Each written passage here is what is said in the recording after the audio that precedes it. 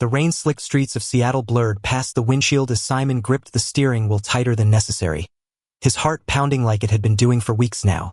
He pulled into the Costco parking lot not for bulk toilet paper or that impossible deal on organic kale, but because the emptiness in his chest needed filling with something, anything, that wasn't the echo of his ex's final goodbye.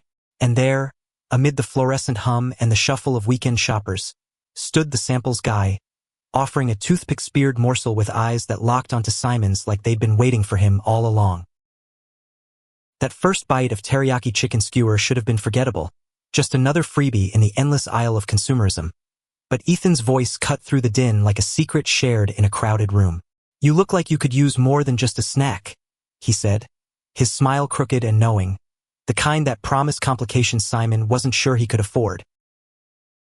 Simon froze, the skewer halfway to his mouth, because in that moment, under the harsh store lights that made everything feel both too real and utterly surreal, he realized the stranger had seen right through the armor head built from late-night runs and forced smiles at the office.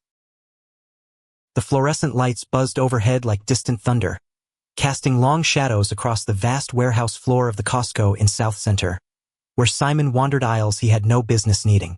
At 28, he was the kind of guy who bought family-sized packs of frozen berries because the single-serve options felt like an admission of defeat, and lately every choice echoed that sentiment. His breakup with Marcus had been clean, almost polite, 6 months ago now, but the wound festered in quiet moments, turning grocery runs into gauntlets of solitude. He pushed the cart forward, wheels squeaking faintly against the polished concrete, pretending the stack of protein bars in his basket was armor enough against the hollow ache. That's when he spotted the station. A folding table laden with tiny paper cups of what smelled like artisanal cheese spread, manned by a guy in the red vest who moved with an easy grace that didn't belong in retail purgatory. Simon hovered, drawn by the scent more than hunger, and when the guy looked up, their eyes met in a way that skipped pleasantries and dove straight into something unspoken. "Try this," the guy said, his voice warm and laced with a Pacific Northwest lilt, holding out a cup with a dollop of creamy goat cheese topped with a sliver of figure. "It's the only thing here worth slowing down for." Simon took it, their fingers brushing just long enough to send a spark up his arm, and he managed a nod, words caught somewhere between surprise and suspicion. The cheese was sharp and sweet, bursting on his tongue, but it was the guy's gaze that lingered, hazel eyes flecked with green under tousled blonde hair that fell just shy of regulation length for a Costco employee. His name tag read Ethan, and below it, in sharpest scrawl, "Ask me about the specials." Simon swallowed, tasting more than cheese. "Specials, huh? What's that code for?" Ethan leaned in slightly, elbows on the table, ignoring the line forming behind Simon. "Code for whatever gets you back here next week. Or sooner if you're the impulsive type." His grin was disarming, the kind that crinkled the corners of his eyes and made Simon's pulse stutter. In a store built for excess, this felt like the one thing offered sparingly just for him. They talked, or rather Ethan talked and Simon listened, mesmerized by the rhythm of it. Ethan was 32, a transplant from Portland who ended up slinging samples to pay the bills while chasing a screenwriting dream that sounded half-baked and entirely too romantic for Seattle's perpetual drizzle. "I mean, who wouldn't want to write about guys like us?" Ethan said, gesturing vaguely with a toothpick. Stumbling into each other over expired dairy, Simon laughed. A real one. The first in weeks that didn't feel borrowed from someone else's life. He learned Ethan loved old noir films, hated the Mariners bullpen, and had a rescue dog named Gus who chewed through every script head ever printed. In return, Simon admitted to his graphic design job at a tech startup downtown, the one that paid well but sucked the color from his days, and how Marcus had left because Simon was too safe, whatever that meant. The conversation stretched past the samples restock, Ethan slipping Simon an extra cup when his manager wasn't looking, their words weaving through the hum of carts and chatter like a private frequency. By the time Simon checked out with twice the groceries he needed, Ethan's number was scrawled on the back of a receipt, tucked into the bag like contraband. "Text me," Ethan called after him, voice carrying over the beeps of the scanner. "About the specials. Or just because." Outside, the rain had picked up, pattering against the windshield as Simon sat in his car, receipt in hand, staring at the ink that was already smudging. His phone buzzed a work email, something about deadlines and revisions, but he ignored it, thumb hovering over the new contact. Ethan's samples guy. It was ridiculous, this flutter in his chest, like he was 18 again and stealing glances at the barista in college. But Seattle had a way of making connections feel urgent. The gray skies pressing down until you grabbed at warmth wherever it flickered. That night, back in his Capitol Hill apartment, Simon paced the worn hardwood floors, the city lights smearing gold across the rain-streaked windows. The place was a study in half-finished intentions. Sketches pinned to the fridge, a half-read novel on the coffee table, plants that thrived on neglect. He poured a glass of the cheap Cabernet head grabbed on impulse, the one Ethan had joked about pairing with cheese, and sat on the couch, phone in lap. The text he sent was simple, almost throwaway. Survived the rain. Thanks for the fig insight, Simon. But hitting send felt like leaping from a ledge, the weight afterward stretching into eternity. Ethan's reply came faster than expected. Fig insight is my superpower. Rain hayrrace a mood enhancer. Coffee tomorrow. You picked the spot. Simon smiled into the screen, the knot in his stomach loosening just a fraction. He suggested Analog, the cozy cafe on Broadway with mismatched mugs and baristas who didn't judge your order. And Ethan countered with a thumbs-up emoji, followed by a photo of Gus, the dog, sprawled on a rug with a script page in his mouth. He's my editor, Ethan captioned it. Simon laughed again, the sound echoing in the empty room, and for the first time since Marcus, the silence didn't feel so heavy. The next morning dawned with that deceptive Seattle clarity, clouds parting just enough for slivers of sun to pierce the haze. Simon dressed in his usual armor. Slim chinos, a button-down in soft blue that brought out his eyes, and boots scuffed from too many walks along the waterfront. He arrived early at Analog, claiming a corner table by the window where he could watch the street fill with joggers and dog walkers, nursing a flat white that steamed gently in the chill air. When Ethan walked in, shaking rain from his hair like it was an afterthought, Simon felt that same pull, magnetic and unbidden. Ethan slid into the seat across from him, vest swapped for a flannel shirt rolled to the elbows, revealing forearms dusted with light hair and a tattoo of a typewriter half hidden under the cuff. You're punctual, Ethan said, scanning the menu with feigned seriousness. I like that in a co-conspirator. They ordered lattes and scones, the conversation picking up where the store had left off, seamless as if no hours had passed. Ethan talked about his latest script, a story of two men unraveling in the shadow of Rainier, and Simon shared sketches from his portfolio, pulling out his tablet to show digital mock-ups of album covers that never sold. Hours slipped by unnoticed, the cafe emptying around them as the rain resumed its soft assault on the pavement. Ethan reached across the table at one point, tracing a finger along the edge of Simon's sketch, and the touch lingered, electric in its simplicity. You see the world in layers, Ethan murmured, eyes lifting to meet Simon's. Most people just skim the surface. Simon held his gaze, the words settling deep, stirring something he thought Marcus had buried. They parted with a promise of dinner, Ethan suggesting a hole-in-the-wall faux place in the International District, and Simon walked home with a lightness he couldn't name, the city's pulse syncing with his own. That evening, as he prepped a quick salad from his overstocked fridge, his phone lit up with a voice note from Ethan. His voice low and teasing, recounting a disastrous samples shift involving spilled hummus and a toddler tantrum. Simon played it twice, grinning at the warmth in it, and replied with a photo of his view from the balcony, the Space Needle glowing faintly through the mist. The pattern emerged quickly, texts turning to calls to meetups that stretched into nights of wandering Seattle's underbelly. They hiked Discovery Park one crisp afternoon, boots crunching over pine needles, Ethan pointing out hidden coves where seals basked on rocks, his hand brushing Simon's as they navigated routes. This city's got secrets, Ethan said, breath visible in the cool air. Like you. Simon ducked his head, cheeks warming, but didn't pull away when Ethan laced their fingers together, the contact tentative at first, then sure. Dinners followed, dim sum in Chinatown, where steam rose like ghosts from bamboo baskets, and Ethan confessed to a childhood spent dodging his dad's expectations in suburban Beaverton, trading football for film reels in secret.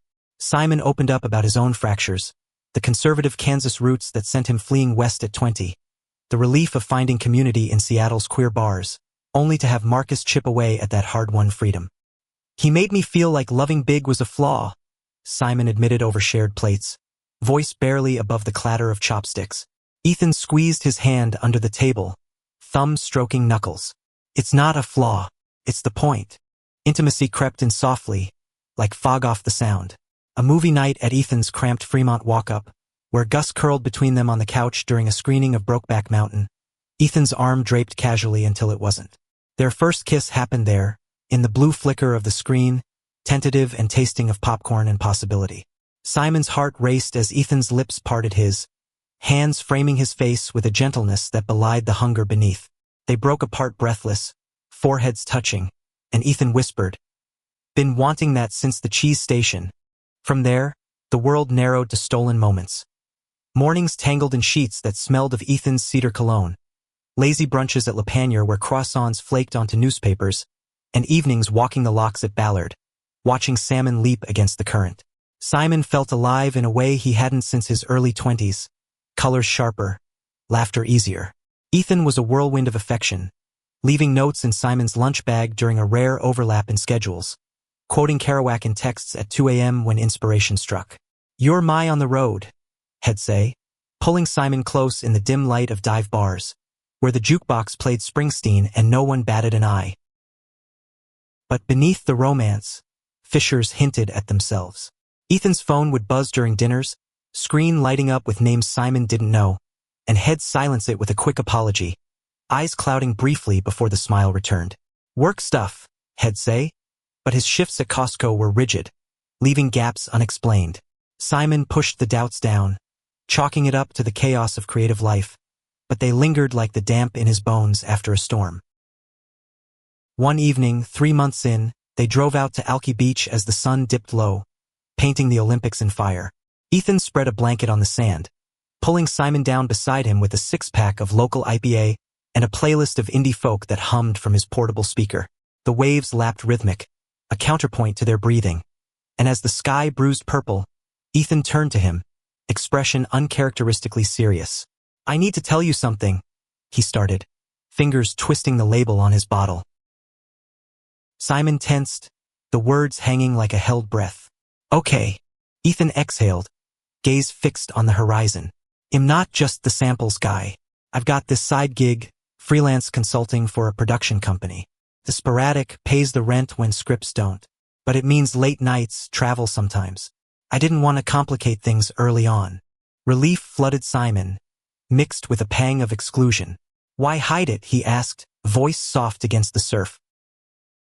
Ethan shrugged, shoulders tight. "Because you're the first real thing in years. Didn't want to scare you off with my mess."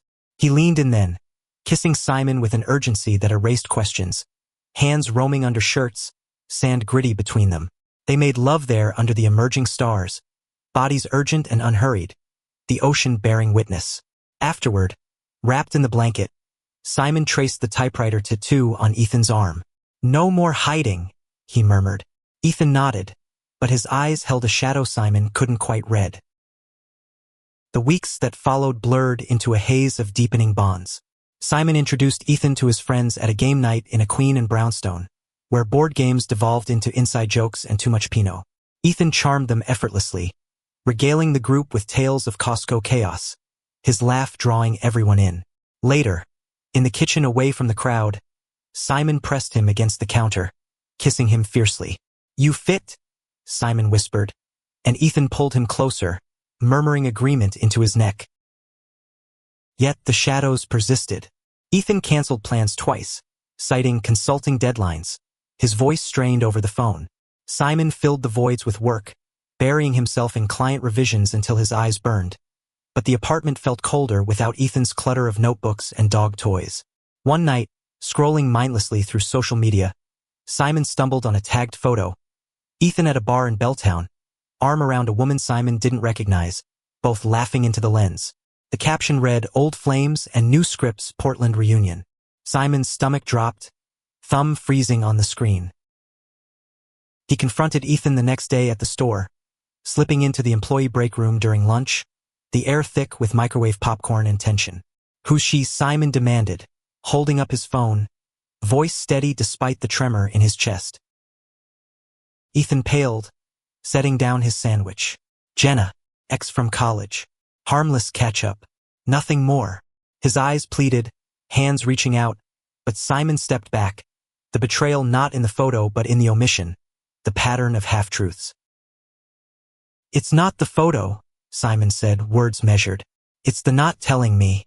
Again. They argued in hushed tones, Ethan's apologies tumbling out like apologies for rain. But Simon left with his cart abandoned, the aisles suddenly claustrophobic. The rift widened slowly, like a crack in pavement. Ethan doubled down on gestures, flowers left on Simon's doorstep, voicemails thick with regret. But trust, once fractured, doesn't mend with bouquets. Simon withdrew, nights spent sketching alone, the lines darker, more angular. Friends noticed, pulling him aside at brunches. "He's crazy about you. But is it enough?" Lila asked, her therapist gaze piercing. Simon shrugged, the question echoing in his sleepless hours. The breaking point came on a rainy Tuesday, Simon arriving unannounced at Ethan's with takeout from their faux spot, hoping to bridge the gap. The door was ajar, voices spilling out Ethan's, low and intimate, and another man's, unfamiliar and laced with laughter. Simon froze in the threshold, heart slamming. Inside, Ethan sat on the couch with a guy named Riley, broad-shouldered and easy-smiling. Scripts spread between them like old lovers. But it was the way Riley's hand rested on Ethan's knee, casual yet claiming, that shattered the illusion. "Simon?" Ethan said, standing abruptly, color draining from his face. Riley glanced up, confusion flickering to understanding. "Consulting," Simon echoed, the word bitter on his tongue. He dropped the bag, food spilling across the floor in a pathetic puddle. "You said no more hiding." Ethan reached for him. "It's not Riley and we worked together last year. He's helping with notes. That's all." Riley stood, hands raised. "Hey man, I didn't know dash. Save it." Simon cut in, voice cracking. He turned, rain soaking him through as he fled down the stairs, Ethan's calls chasing him into the street. The drive home was a blur of wipers and tears, the city's lights streaking like accusations. Days turned to a week of silence, Simon's phone a graveyard of unread messages. He threw himself into work, designs flowing freer in their isolation. But the ache was a constant companion, sharpening every edge. Lila dragged him to a drag show at Numos, the glitter and bass pulling reluctant smiles, but midway through a lip sync to Chapel Roan. His chest tightened, Ethan's absence a phantom limb. The confrontation came at Costco, of all places. Simon had avoided it like a crime scene, but necessity won out, pushing a cart through aisles that mocked him with memories. There was Ethan, at the station, offering samples to a family, his smile professional but eyes hollow. When he saw Simon, he abandoned the table, pulling him into an alcove stacked with paper towels. "Please," Ethan started, voice raw. "I fucked up. Riley, he's just a friend. But I get why it looked bad. I've been scared, Simon, of this, of us being real." Simon crossed his arms, the hurt a shield. "Scared of what exactly?" "Of losing you," Ethan admitted, eyes glistening. "My life's a mess. The gigs, the dreams that don't pay, the exes who linger because I let them. You're steady, good. I don't want to drag you down."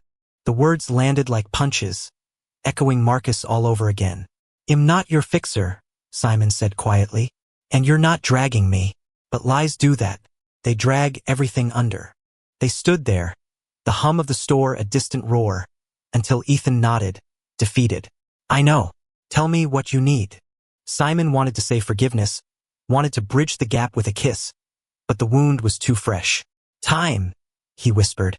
"And truth. All of it." Ethan agreed, promising no more shadows, and they parted with a tentative hug, the scent of samples clinging to his vest like regret. Simon left with his groceries, heart lighter but bruised, the rain outside mirroring the storm within. Rebuilding was tentative, like sketching over old lines. They met for coffee, conversations careful, Ethan sharing files of his scripts, vulnerabilities laid bare in margins. Simon opened up about his fears of repetition, the cycle of giving too much to men who took without seeing. Slowly, trust regrew, fragile as new shoots in spring soil. But doubt is a persistent weed. One night, scrolling through Ethan's Instagram, left open on his phone during a movie, Simon found messages, old ones to Jenna, laced with "miss you," that predated their meeting. Not cheating, but the emotional tether stung, a reminder of Ethan's divided heart. The argument that followed was their worst, words flying in Ethan's living room, Gus whining from his bed. "You're always waiting for the other shoe," Ethan accused, face flushed. "Like I'm doomed to fail you. And you're always half in," Simon shot back, voice breaking. "I can't keep guessing who's really here with me." Ethan stormed out, door slamming, leaving Simon in the wreckage of takeout containers and unspoken needs. He drove home through sheets of rain, pulling over on Aurora Avenue to sob, the city's arteries pulsing around him. Why did love always come with this knife edge? Why did it demand so much just to bleed? The crisis peaked in isolation. Simon called in sick, bunkered in his apartment, binging old films that offered escape but no answers. Lila showed up with soup and straight talk. "He's not Marcus, but you're letting fear write the story. Decide if he's worth the rewrite." Simon spent days journaling, pages filling with raw confessions. The boyhood hidden crushes in Bible study, the manhood armored himself against rejection. Healing wasn't linear. It was messy, requiring space from Ethan, from the pull of his orbit. He joined a queer art collective in Pioneer Square, sketching portraits of strangers, their stories bleeding into his own. Ethan respected the distance, text sparse but sincere. "Thinking of you. Here when you're ready." A month passed, Seattle shifting into tentative summer, sun coaxing blooms from cracks.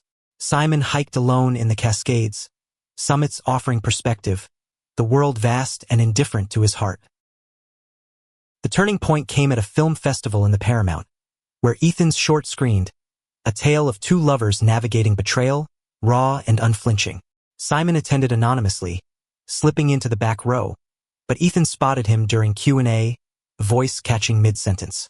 Afterward, in the lobby amid milling crowds, Ethan approached, tentative. "You came." Simon nodded, throat tight. "It was beautiful, honest." They talked until the ushers cleared the hall, words pouring out, Ethan's therapy sessions, the work on boundaries, Simon's growth, the art that anchored him. "I ended things with the ghosts," Ethan said, eyes clear. "Fully. For us, if there's still an us." Their reconciliation unfolded slowly, dates reclaiming familiarity with new depth. Picnics in Gasworks Park, where kites danced like freed thoughts, and quiet nights cooking, hands overlapping in flour-dusted bowls. Intimacy returned richer, bodies speaking what words still fumbled. Yet the story wasn't tidy. Doubts resurfaced in quiet hours, but they faced them head-on, therapy joints becoming ritual. Simon thrived at work, landing a freelance gig for a queer indie label, his designs pulsing with the vulnerability he'd claimed. Ethan sold a pilot outline, the check buying Gus a proper crate and them a weekend in the San Juans, ferries cutting through mist like renewal. In the end, love wasn't the absence of pain but the choice to tend the garden anyway. On a crisp fall evening, a year from that first sample, they stood on Simon's balcony, city lights winking below, Ethan's arms around him from behind. "Something extra, just for you?" Ethan murmured, echoing his old line, lips brushing Simon's ear. Simon turned, smiling into the kiss, the rain held at bay for now. Worth every bite. The journey had carved them deeper, scars mapping resilience, and in Seattle's endless gray, they'd found their color not flawless, but fiercely their own.